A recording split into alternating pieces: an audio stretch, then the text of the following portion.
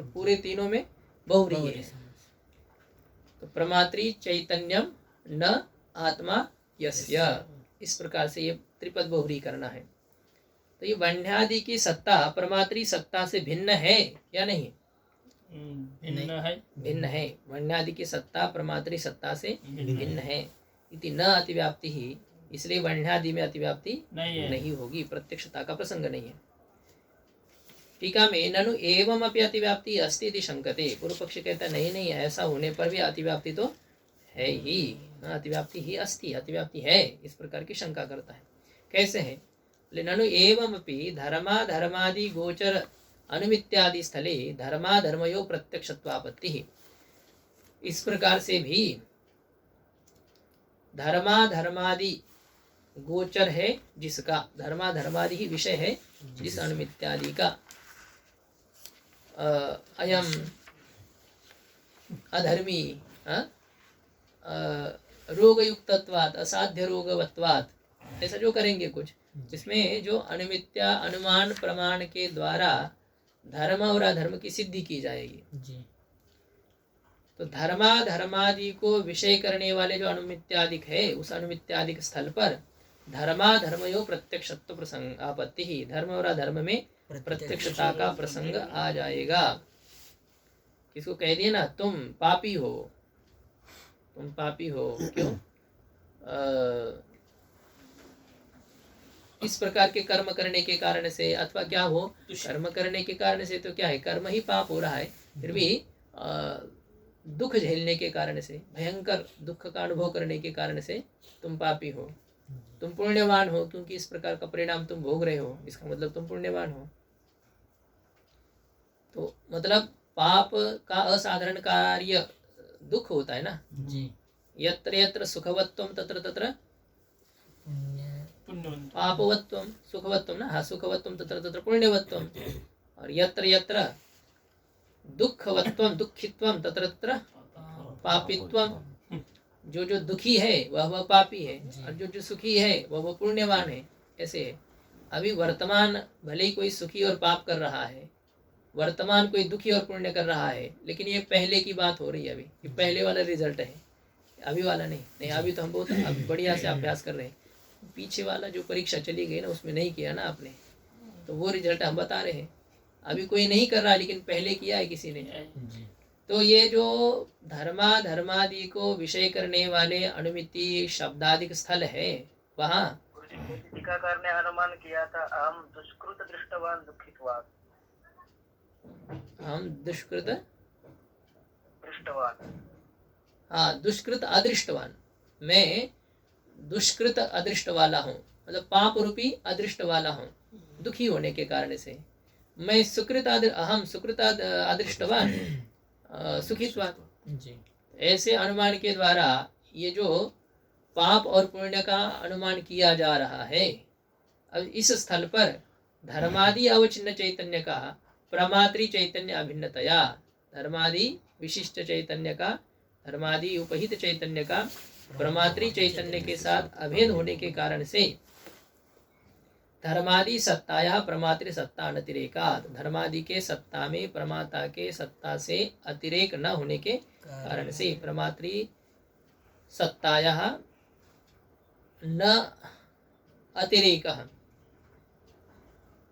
प्रमात्री सत्ता अनतिरेक, ऐसा करना है।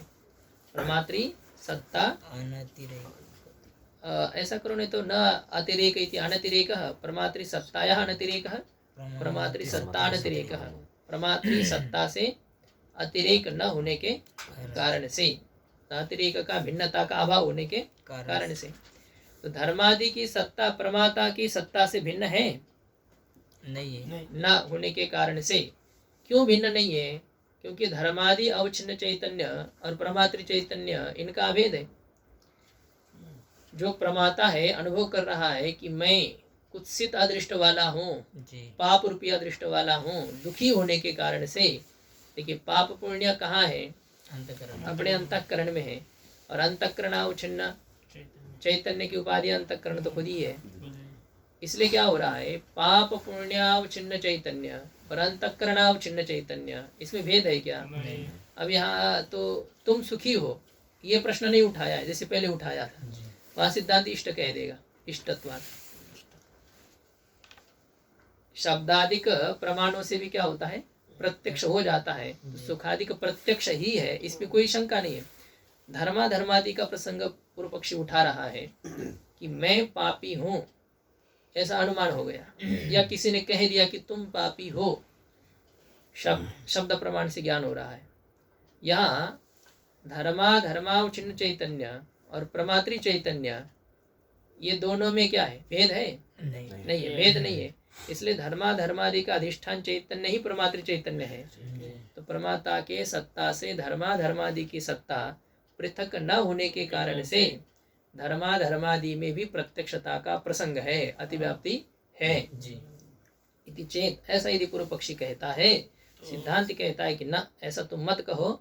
योग्यत्वस्यापि विषय विशेषणत्वात्, योग्यत्व में भी विषय विशेषणत्व स्वीकार करने के कारण से, मतलब विषय का विशेषण हम किसको मान रहे हैं, योग्यत्व को मान रहे हैं, ऐसा हम करेंगे।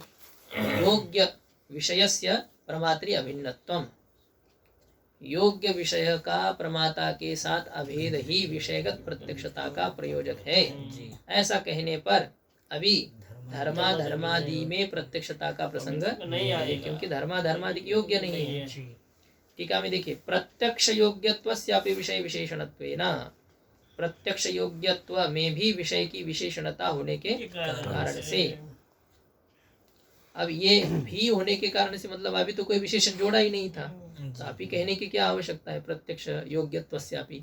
आगे विशेषण जोड़ने वाले हैं ना, तत्त इंद्रिय योग्य, ऐसा भी जोड़ना है, वर्तमानत्व ये भी जोड़ना है, योग्यत्व यह भी है। तो इसलिए वो आगे के विशेषण को लेकर के कह रहे हैं कि प्रत्यक्ष योग्यत्व भी विषय का विशेषण होने के कारण से योग्य विषयस्य प्रमात्री अभिन्नत्वम्, अभिन्नत्व स्वरूप लक्षणस्य धर्मादौ अभावात्।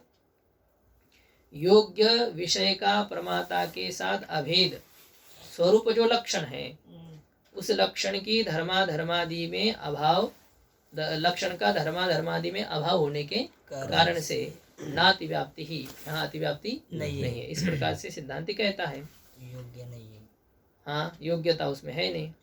पूर्व पक्षी फिर भी कह रहा है कि योग्यत्व या विषय का विशेषण देने पर भी रूपी घटः, ऐसा प्रत्यक्ष हो गया, घट रूप वाला है, ऐसा जो प्रत्यक्ष हो गया। अब घट के सत्ता से अतिरिक्त प्रमाता की सत्ता है नहीं, घट अथवा रूप के सत्ता से अतिरिक्त प्रमाता की सत्ता, प्रमाता के सत्ता से घटादि की सत्ता अतिरिक्त नहीं है।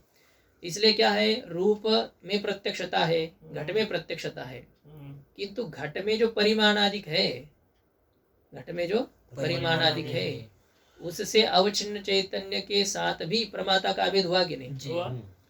तो इसलिए क्या होना चाहिए, उसका भी प्रत्यक्ष होना चाहिए। घटगत जितने धर्म है उन सभी धर्म, योग्य धर्मों के प्रत्यक्षता का प्रसंग है। ठीक, योग्य विशेषण आपने दिया है। हम अयोग्य घट के धर्म की बात नहीं करने जा रहे, गुरुत्वादि, क्योंकि दिखते नहीं है, लेकिन योग्य धर्म जितने हैं उन सभी के प्रत्यक्षता का प्रसंग है। ननु एवमपि रूपी घट इति प्रत्यक्ष स्थले घटगत परिमाणादेः प्रत्यक्षत्वापत्ति, इस प्रकार से भी रूप वाला घट है, ऐसे प्रत्यक्ष स्थल पर घटगत परिमाणादि में प्रत्यक्षता का प्रसंग है। क्यों? क्योंकि रूपावचिन्न चैतन्यस्य परिमाणादि अवचिन्न चैतन्यस्य च एकतया, रूपावचिन्न चैतन्य का और परिमाणादि अवचिन्न चैतन्य में एकता होने के कारण से रूपावचिन्न चैतन्यस्य प्रमात्री चैतन्य भेदे परिमाणादि अवचिन्न चैतन्यस्य अपि प्रमात्री अभिन्नतया। जब रूपावचिन्न चैतन्य और परिमाणावचिन्न चैतन्य एक है और रूपावचिन्न चैतन्य का प्रमाता के साथ अभेद है, तथा भिन्ना भिन्न से तथा भिन्नत्वम, रूपावचिन्न चैतन्य का अभेद है परिमाणादि अवचिन्न चैतन्य के साथ अभेद है नहीं, परिमाणादि अवचिन्न चैतन्य का रूपावचिन्न चैतन्य के साथ अभेद है, और रूपावचिन्न चैतन्य का प्रमात्री चैतन्य के साथ यदि अभेद है तो फिर प्रमात्री चैतन्य का परिमाणादि अवचिन्न चैतन्य के साथ भी अभेद होने के कारण से क्या है, प्रत्यक्ष होना चाहिए। एकदम से भी भेदा भाव है ना, हाँ समनीयतयोरैक्यम से भी भेदाभाव हो जाएगा। वो दूसरा दोनों नियम जो आप- समनियत है, समनियत और ऐक्यम, उसमें एकता कही जा रही है। दोनों न्यूनाधिक देश में नहीं रहते, हमेशा साथ में ही रहते हैं। जहाँ जहाँ घटे वहाँ परिमाण है। घट के रूपाधिक जहाँ है उसके परिमाण है, ठीक है। समनियत तो वो भी वैसे घट के परिमाण को यदि देखा जाए तो उसमें भी वो है। अब यहाँ समनियत होने से वो तो धर्म समनियत भले ही है, लेकिन तदावचिन्न चैतन्य में समनियतता नहीं, वो तो एक ही है। हम चैतन्य में अभेद की बात करने जा रहे हैं। जी समनियत जो धर्म होते हैं वो अलग अलग होते हैं। घटगत वाच्यता और घटगत घटत्व, अब इन दोनों में समनियत होने के कारण से एकता कही जा सकती है गौण रूप से। वो एक है क्या? नहीं एक नहीं ना। लेकिन हम धर्मों में एकता की बात नहीं कर रहे, तद अवच्छिन्न चैतन्य के एकता की बात कर रहे हैं। जी वह गौण रूप से एकता की बात नहीं, वह मुख्य रूप से एकता की बात है। ये समनियत है। रूपादि और परिमाणादि इनमें समनियतता हो सकती, घटादि के रूप और घटादि का ही परिमाण समनियत है। ये ऐसा जब तक घट रहेगा तब तक उसके परिमाणादिक रहेंगे और रूप भी उसका उसके साथ रहेगा, ऐसा है। आपने चढ़ाया हुआ रूप की बात नहीं चल रही है। जो घट के द्वितीय क्षण में उत्पन्न हुए जो रूपाधिक गुण है वो तो घट में जब तक घटाधिक है तब तक है ना।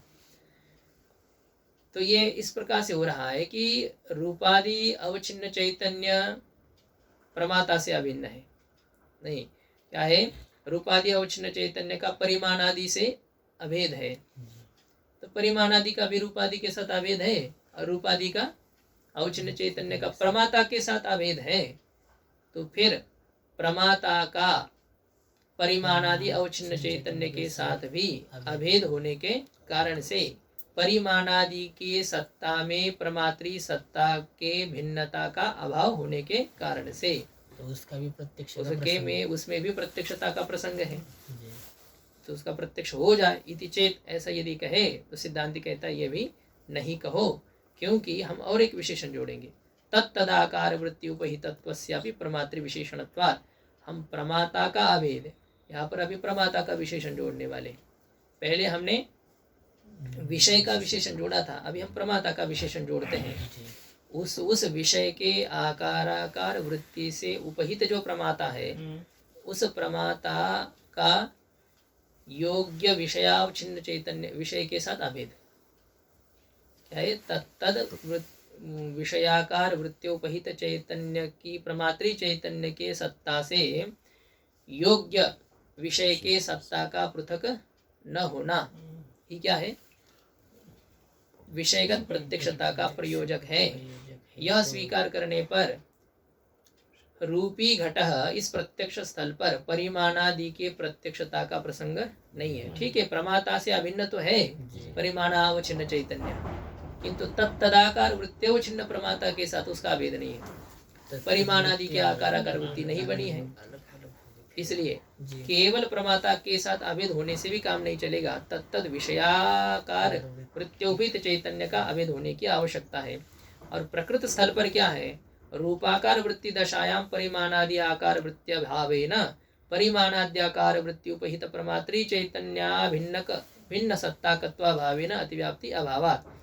रूपाकार जब वृत्ति है जी उस रूपाकार वृत्ति के स्थिति में परिमाणादि के आकाराकार वृत्ति है क्या? नहीं है। परिमाणादि के आकाराकार वृत्ति का अभाव होने से परिमाणादि आकाराकार वृत्ति उपहित जो प्रमात्री चैतन्य है उससे अभिन्न सत्ताकत्व परिमाणादि में है नहीं तो उससे अभिन्न सत्तावत्व का अभाव होने के कारण से परिमाणादि में अतिव्याप्ति का अभाव है। और अतिव्याप्ति का अभाव होने से तुम्हें ऐसा नहीं कहना चाहिए कि रूपी घटः इस प्रत्यक्ष स्थल पर परिमाणादि के भी प्रत्यक्ष का प्रसंग आ जाए। यह तुम्हें शंका नहीं करनी चाहिए। इस प्रकार से ये मूल विषय हो गया। ये मतलब ये एक शंका तब है कि जब हमें परिणाम आकार वृत्ति नहीं हो रही तब है ना। तो हो जाता है कभी अनेक विषयाकार वृत्ति हो जाए तब तो कोई बात ही नहीं ना। जी आपको रूप और भी उसके संख्या ये कुछ 2-3 धर्म इनको विषयाकार वृत्ति यदि हो जाती है तब तो हो जाएगा। घट में जितने धर्म है जितने जितने की आकाराकार वृत्ति बन रही है जी तो उतने धर्मों का तो प्रमाता के सत्ता से अभेद तो है ही है, जी और तत्तदाकार वृत्तियोपहित प्रमाता का अभेद है। लेकिन हमारी वृत्ति केवल घट के आकाराकार हो गई, रूप के आकाराकार नहीं हुई। जी हमारी वृत्ति रूप के आकाराकार हो गई, परिमाण आदि के आकाराकार नहीं हुई।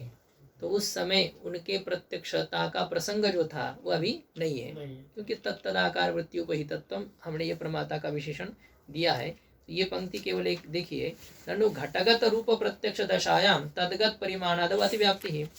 घट में स्थित रूप के प्रत्यक्ष काल में स्थिति में घटगत परिमाणादि में अतिव्याप्ति हो जाएगी, प्रत्यक्षता का प्रसंग आ जाएगा। क्यों? क्योंकि रूपावचिन्न चैतन्य सेव परिमाणादि अवचिन्न चैतन्य रूपतया तस्य तदा भिन्न प्रमात्री सत्ता अतिरिक्त सत्ताकत्वा भावात इति शंकते। क्योंकि रूपावचिन्न चैतन्य में ही परिमाणादि अवचिन्न चैतन्य रूपता होने के कारण से रूपावचिन्न चैतन्य और घटादि के परिमाणादि अवचिन्न चैतन्य दोनों भिन्न है क्या? नहीं है। दोनों में अभेद होने के कारण से तस्य तद अभिन्न प्रमात्री सत्ता, तस्य तस्य का अर्थ क्या है? परिमाणादि, और परिमाणादि का तद अभिन्न, तद अभिन्न क्या है? परिमाण से अभिन्न जो प्रमाता की सत्ता है, उस परिमाणादि से अभिन्न प्रमाता के सत्ता के अतिरिक्त सत्तावत्व का अभाव होने से, अतिरिक्त सत्ताकत्व का अभाव कस्य? परिमाणादि है। परिमाणादि में क्या है? परिमाणा से अभिन्न जो प्रमाता की सत्ता है, उस सत्ता से अतिरिक्त सत्तावत्व का अभाव होने के कारण से परिमाण की जो सत्ता है वही प्रमाता की सत्ता है कि नहीं? जी है। और प्रमाता के सत्ता के अतिरिक्त सत्ता नहीं है, किसमें? परिमाणादि में। तो परिमाणादि में परिमाणादि से अभिन्न जो प्रमाता, उस प्रमाता के सत्ता से अतिरिक्त सत्तावत्व न होने के कारण से परिमाणादि में प्रत्यक्षता का प्रसंग है। इस प्रकार से शंकते तस्य सत्ताकत्वाभाव, उसके साथ जोड़ना है। परिमाणादि में परिमाणादि से अभिन्न प्रमाता के सत्ता से अतिरिक्त सत्ताकत्व का अभाव है, और ये होने के कारण से उसमें प्रत्यक्षता का प्रसंग होने पर सिद्धांत ने क्या समाधान दिया कि परिमाणादे प्रमात्री सत्ता अतिरिक्त सत्ता शून्यत्वेपि परिमाणाद्याकार वृत्ति उपहित प्रमात्री चैतन्य सत्ता अतिरिक्त सत्ता शून्यत्वाभावात् नाति व्याप्ति समाधत्ते। कहते परिमाणादि में प्रमाता के सत्ता से अतिरिक्त सत्ता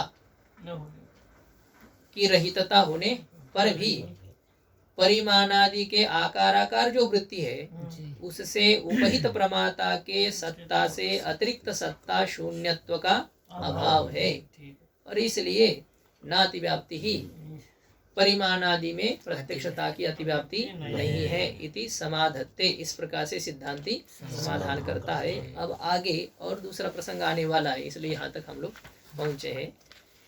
तो ये हो गया अभी तक विषयगत प्रत्यक्षता का प्रयोजक योग्य वर्तमान विषय का तत्तदाकार वृत्ति उपहित प्रमाता के साथ अभेद ही विषयगत प्रत्यक्षता का प्रयोजक है। यहाँ तक विचार हुआ है। ओम पूर्णमदः पूर्णमिदं पूर्णात् पूर्णमुदच्यते पूर्णस्य पूर्णमादाय पूर्णमेवावशिष्यते। ओम शांति शांति शांति।